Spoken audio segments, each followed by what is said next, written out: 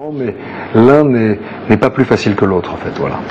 Alors ce soir, puisque vous êtes sur notre plateau, on me disait c'est une deuxième partie un petit peu exceptionnelle, Gaël a tenu à venir vous présenter un de ces tours qu'il a imaginé pour vous. Exactement, oui. Alors en fait, pour tout vous dire, Nikos, j'ai la chance depuis maintenant 3 ans de vivre de ma passion et d'émerveiller un petit peu tous les spectateurs comme vous le faites. Bravo. Et j'aimerais vous montrer une petite chose assez sympa. Je ne sais pas si vous le savez, mais dans chaque pays du monde, on mélange les cartes différemment.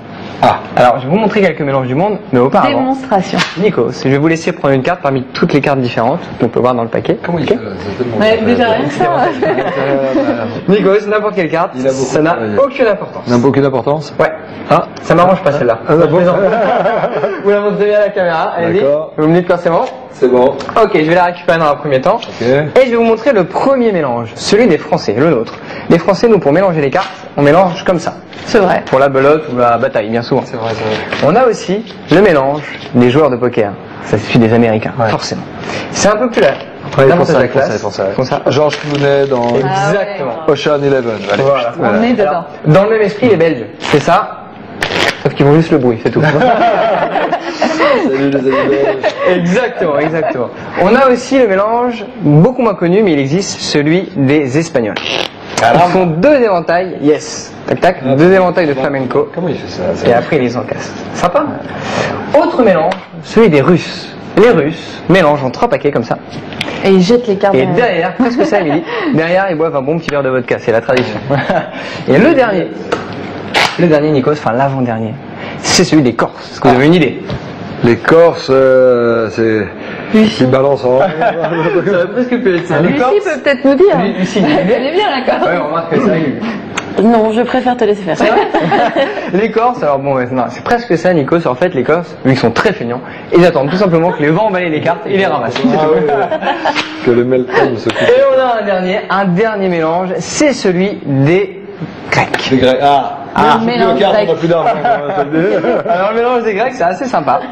Les Grecs font 2 paquets comme ça, et derrière, vu que vous savez que dans le pays actuellement, c'est un petit peu le désordre, un peu le bazar, ils mettent les cartes de tous les sens de cette façon. En double face. Voilà, c'est vraiment un peu le bazar, je vous montre, on a les cartes face en l'air, face en bas, face en bas, face en l'air, c'est un peu le bazar. Mais je le souhaite, Nikos, du fond du cœur, que tout rentre dans l'ordre dans ce pays. C'est gentil. Et si on claque les doigts, regardez bien, un simple claquement de doigts suffit à remettre toutes les cartes dans l'ordre. Non. Toutes les cartes, Nikos, sauf une. Non. Qui je l'espère à votre carte, est-ce que vous pouvez dire la carte?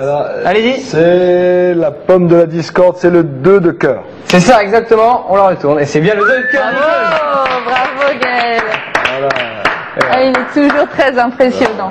Nikos, je vais vous il a la tchatch en plus, il a la bonne tchatch. Un pouvoir magique, parce que vous avez interviewé toutes les plus grandes stars du monde. Si on vous offrait le pouvoir magique de pouvoir interviewer une star disparue, vous choisiriez qui? Nina Simone. Nina Simone? Ouais, Nina Simone, parce que énorme star, la seule qui avait des gardes du corps pour protéger le public parce qu'elle était un peu perchée et elle insultait les gens. Pour une raison en fait, Nina Simone avait été peut-être une des premières pianistes noires à avoir été acceptée au conservatoire, mais ils l'ont pas reçue au dernier moment parce qu'elle était noire.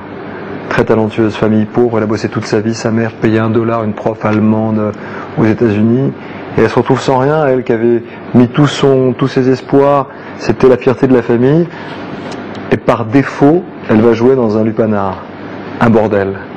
Elle arrive, elle va jouer du classique, on dit mais on s'en fout, ça fait un truc, et elle commence, dans sa douleur, sa solitude, dans son rejet de la société, elle commence à faire du blues. Et ça devient une chanteuse de blues, à cause de cette douleur et à cause de ce rejet. Et cette douleur, elle l'avait même dans sa voix quand elle parlait, Nina Simone. Avant une chanson, elle te raconte une histoire. Écoutez bien les intros de Nina. Et elle me donne la chair de poule. Voilà, Nina, j'aurais voulu... Je l'ai vue en concert, un de ses derniers concerts à Paris, elle était déjà ailleurs. Elle est partie trop tôt, mais elle me touche énormément, cette femme. Un destin passionnant. Merci beaucoup pour cette... pour nous avoir partagé. Allez, hop, une carte souvenir. Okay. Non, tirez, ne me la montrez pas, vous me la montrez. Je vais faire un petit tour de magie. Allez-y. Un tour de magie. Vous l'avez? Ouais, je l'ai. Ok, donnez-la moi maintenant. Ok. Il n'y en a qu'une, il faut en prendre qu'une, il y en a 2. C'était la première. Oui. C'était la première? Non, c'était celle du dessous. Peu importe, je la retrouverai. Attention. On y va. Hop. Nikos Tour de magie en direct. Moi je mélange à la fois comme un Corse, un Anglais. Tour du monde. Vous êtes prête, Émilie? C'est pour vous, c'est celle-ci. Joli. Bravo. Bien joué. Bravo. Impressionnant. Et vous savez quoi? J'ai pas fait exprès. Les talents cachés de Nikos Aliagas. C'est énorme. Bravo. Très rapidement, à la rentrée, où est-ce qu'on vous retrouve? Sur TF1 évidemment, avec d'abord tout l'été. Je serai tout l'été avec Sandrine Quétier. On a fait des émissions spéciales à Saint-Raphaël dans 50 minutes INSEE. On a tourné également à Rome avec la productrice Anne-Marc Cassus. On s'est éclaté avec une quarantaine d'invités qui va de Matt Pokora, Chaim, Tim Seat, Isabelle Mergo, Gérard. De personnes, on a rigolé, mais à se pisser dessus. Vraiment, on pouvait plus finir les plateaux à 2h du mat. C'est très éprouvant parce que c'était long, mais on a rigolé. Et à la rentrée, on prendra avec Nicolas Canteloup, j'ai pas encore la date, mais on prendra notre quotidienne. The Voice est en bonne voie. Si ça vous a plu une année, j'espère qu'on vous plaira encore une année supplémentaire. Europe 1 pour la rentrée. Voilà, donc ça va être une bonne année chargée. Je vous invite d'ores et déjà à venir me voir à Paris. Voilà, donc profitez quand même de votre été pour vous reposer, pour prendre de l'élan. On était ravis en tout cas de cours de cartes sur les plages. De vous recevoir. Parfait, vous êtes bien rodés. Mademoiselle, bonjour. Vous voulez... Merci d'être venu à Tours, rencontrer votre public. Merci d'être venu sur notre plateau et à très bientôt, donc à la rentrée. Merci. Et puis moi, je vous donne rendez-vous demain en direct à 18h. Très bonne soirée sur TV Tours. Bye bye.